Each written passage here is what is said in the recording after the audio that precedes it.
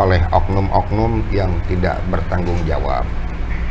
Tetapi saya mengamati bahwa publik itu nggak bodoh kok. Artinya secara proporsional, lepas dari institusi dan kepemimpinan, itu bagian dari oknum.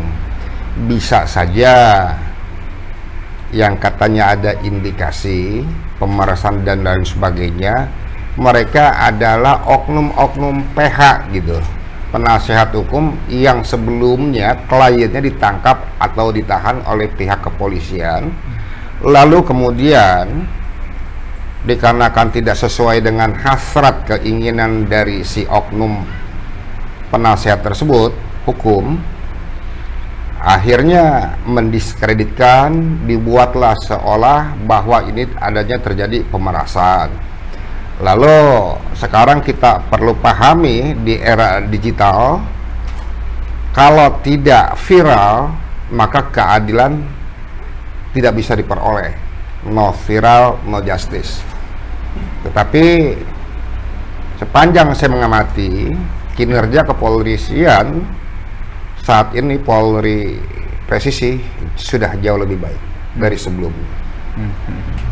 Ya, Bang Willy, melihat begitu munculnya ya kasus-kasus yang diduga melibatkan oknum itu, menurut pandangan Bang Willy, bagaimana sih peran para kasatwil nih Bang, kesatuan di wilayahan nih Bang ya, dalam memastikan tindakan pencegahan agar oknum-oknum ini tidak terulang lagi nih Bang, tindakan pemerasan dan perbuatan melanggar hukum lainnya?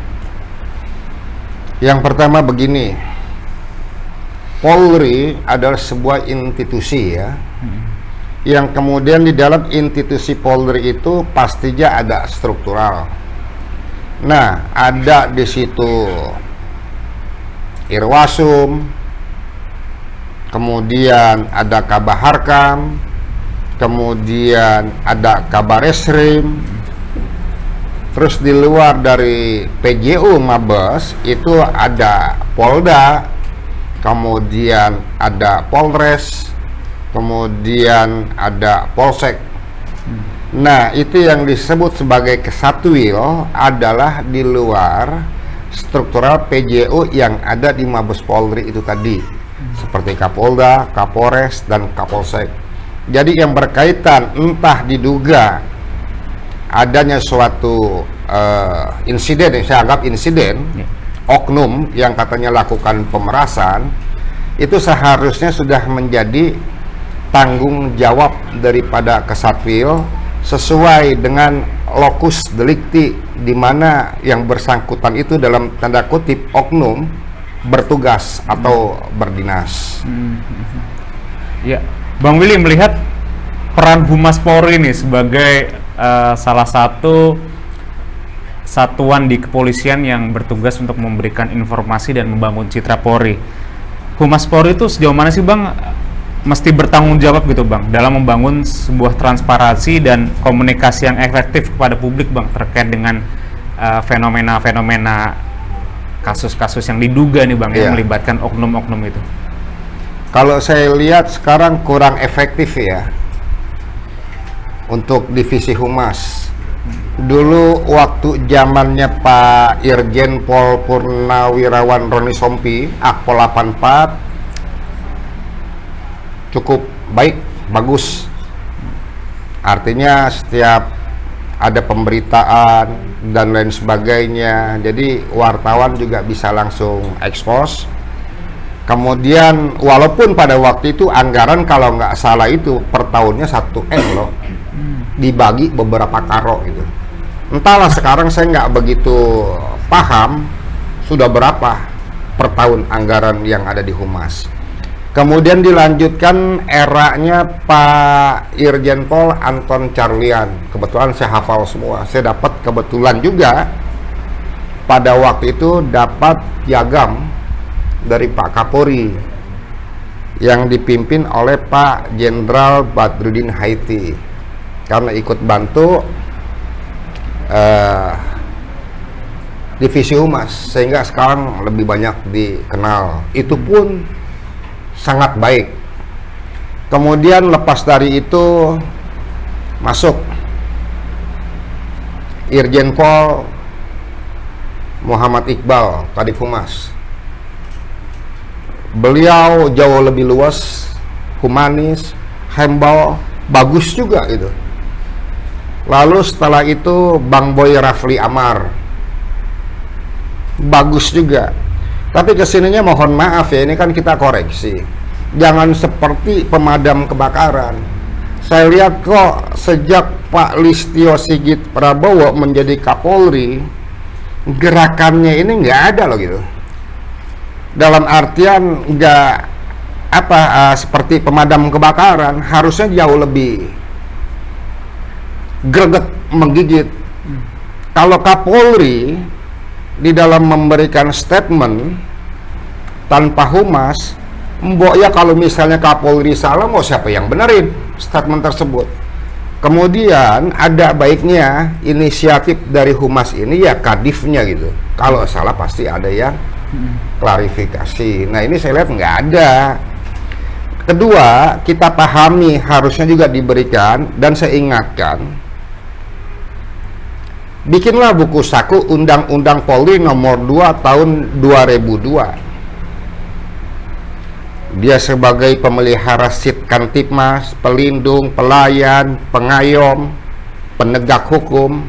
Di luar jabatannya dia itu seperti apa, tapi memiliki sebuah tanggung jawab terhadap institusi yang dicintainya. Seperti itu, sehingga perlu saya tekankan sekali lagi, ini mungkin kritik saya buat divisi humas, khususnya Kadif. Anggaplah ini jamu gitu, agar besok ketika kita bangun badan sehat.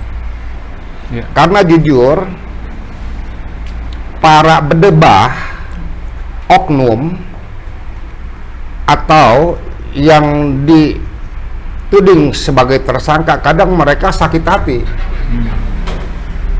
dengan perlakuan penangkapan, kemudian pura-pura mencari keadilan, dia mainkan medsos. Ujung-ujungnya Polri dan jajaran disudutkan. Anggap ini adalah sebuah framing ya, yang kemudian pada akhirnya mendiskreditkan Polri. Padahal luar biasa loh, apa kalau misalnya Republik ini nggak ada Polri. Apalagi kita tahu, saya kemarin podcast mengatakan, beruntung Pak Prabowo masih ada sinergisitas TNI dan Polri. Saya ulangi, sangat beruntung Pak Prabowo di pemerintahannya ada sinergisitas TNI dan Polri.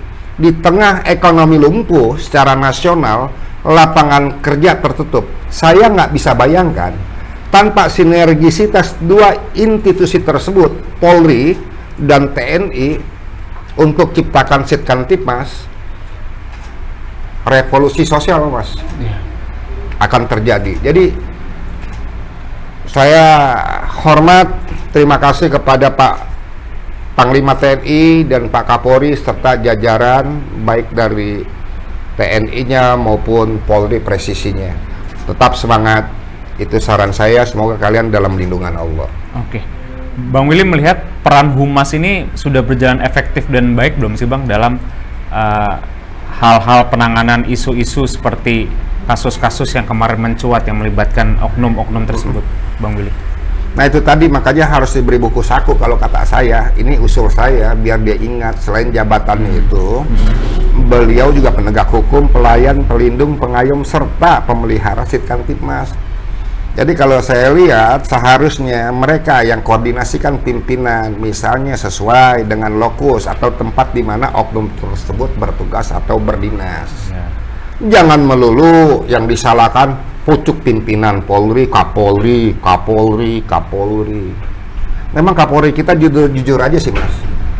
Beliau Jenderal 134. Sampean tahu nggak artinya Jenderal 134? Apa tuh maksudnya Bang? Nggak ada duanya. Oh iya, 134. Gitu, jadi beliau ya mudah-mudahan senantiasa dilindungi oleh Allah karena beliau orang baik. Gitu. Yang kedua, tanpa pamrih, benar-benar pengabdiannya luar biasa. Adapun yang benci sama Polri, mereka ada barisan sakit hati atau bani nyir. Tapi Bang, koordinasi antara Humas, Kasatwil dan Kapolda Bang dalam kasus-kasus yang diduga melibatkan oknum di internal ini, apakah sudah berjalan baik atau belum sih Bang Willy? Selama ini saya belum lihat kok. Harusnya Irwasta juga ya di tiap Polda, karena bagian dari Kesatwil kan pengawasan dia. Iya. Harusnya lebih greget lagi. Peran Irwasda. Irwasda, pengawasan daerah itu Bang ya? Iya. Nah, terus kalau langkah konkret Bang yang seharusnya diambil oleh Kapolda Bang untuk menindaklanjuti lah agar kasus-kasus seperti ini tidak muncul lagi dan tidak Dan itu mencoreng tanggung citra jawabnya Kapolda sebagai Kesatwil di daerah. Gitu. Jadi nggak ada yang aneh. Makanya tadi usul saya, masing-masing ya besok suruh hafalan lah. Menghafal UU Polri nomor 2 tahun 2002 dulu dihafalin. Kalau nggak hafal dibikin buku pedoman kecil untuk ditaruh di saku gitu. Kalau Abang melihat apakah mayoritas anggota Polri sudah memahami aturan itu Bang? Sebagian. Sebenarnya kan kadang namanya manusia bukan hanya anggota Polri aja, kita masyarakat dan lain sebagainya terpancing emosional ketika berada di lapangan. Iya kan? Dan kita harus maklumin lah, itulah manusia. Bang Will, ini kayak obrolannya makin panas nih Bang. Kita sambil ngopi dulu kali Bang. Oh, oke, Ini kita ada kopi menyeruput. hitam nih. Keren. Ngopi dulu, guys.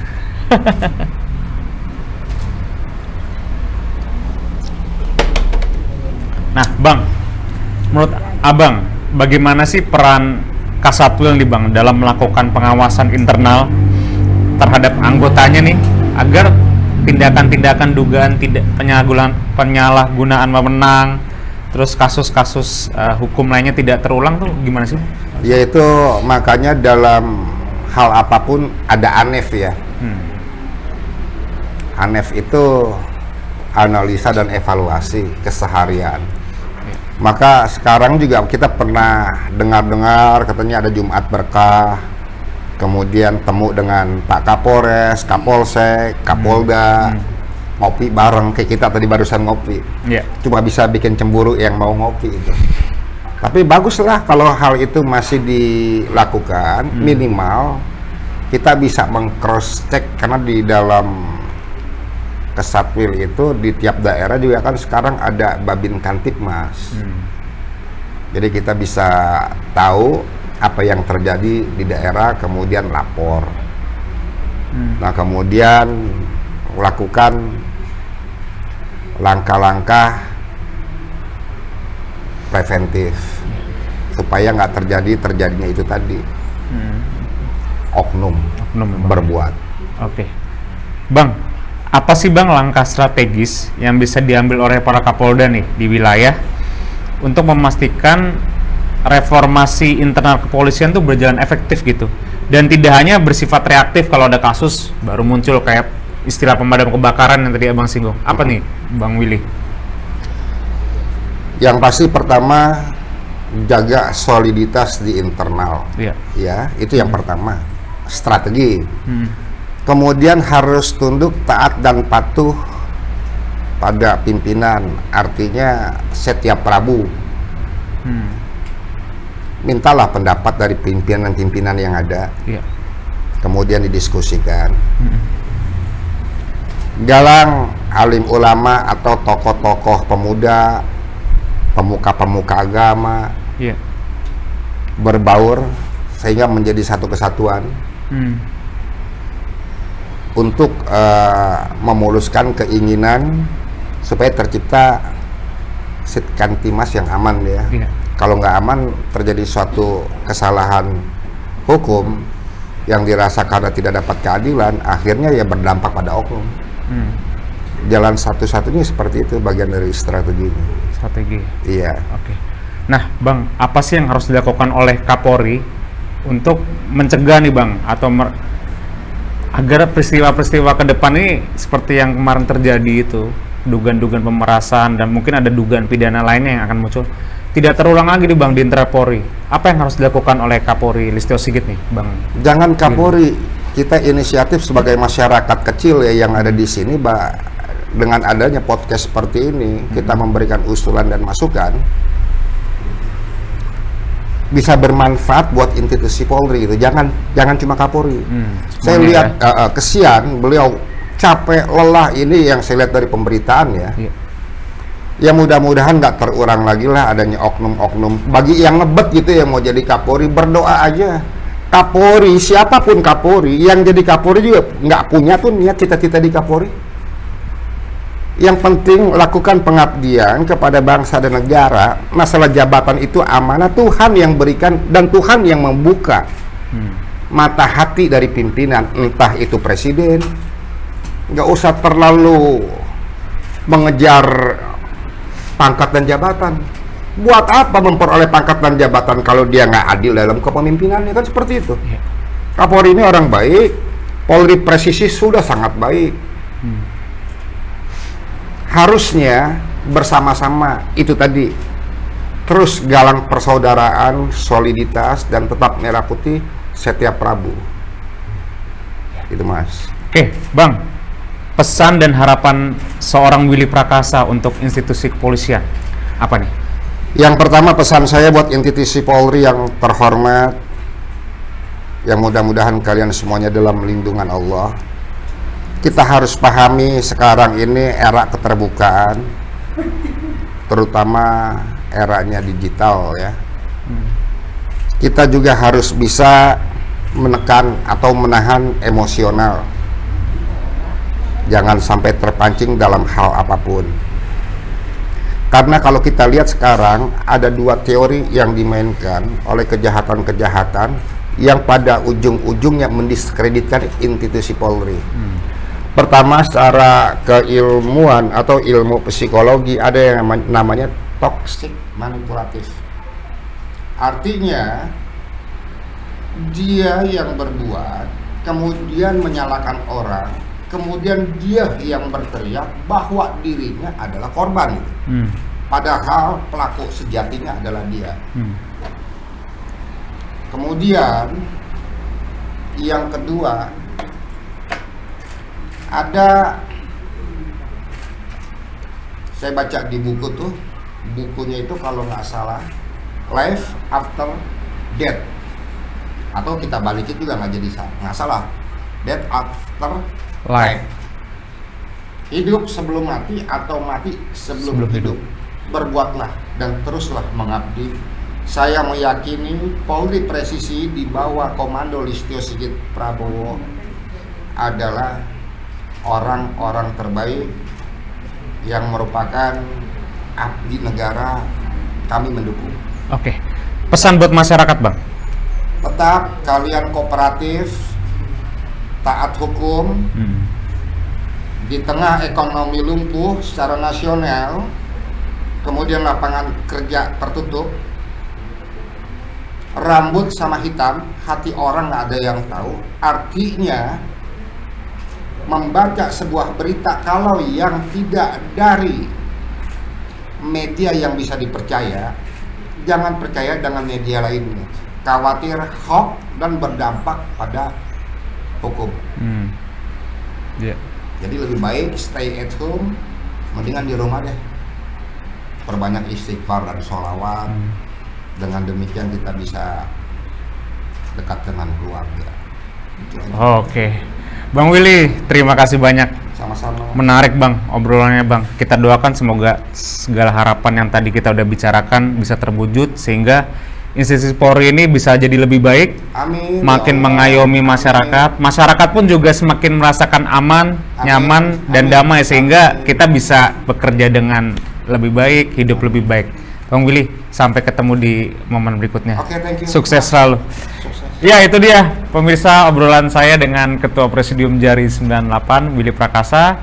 Saksikan terus podcast Jurnalis and Content Creator di episode berikutnya. Jangan lupa untuk diberikan komen. Mungkin ada yang mau komen sama Bang Willy atau mau ngasih salam buat Bang Willy, silakan di komen. Terus jangan lupa juga nih di like juga video ini supaya kami makin bersemangat untuk menghadirkan konten-konten yang berkualitas, yang bermanfaat, dan yang bisa menghibur masyarakat semua. Dan ini yang paling penting, di-subscribe terus channel JCC Network agar kami bisa tetap eksis sampai nanti terus. Oke, sampai jumpa di video selanjutnya. Makasih Bang. Keren Bang Willy.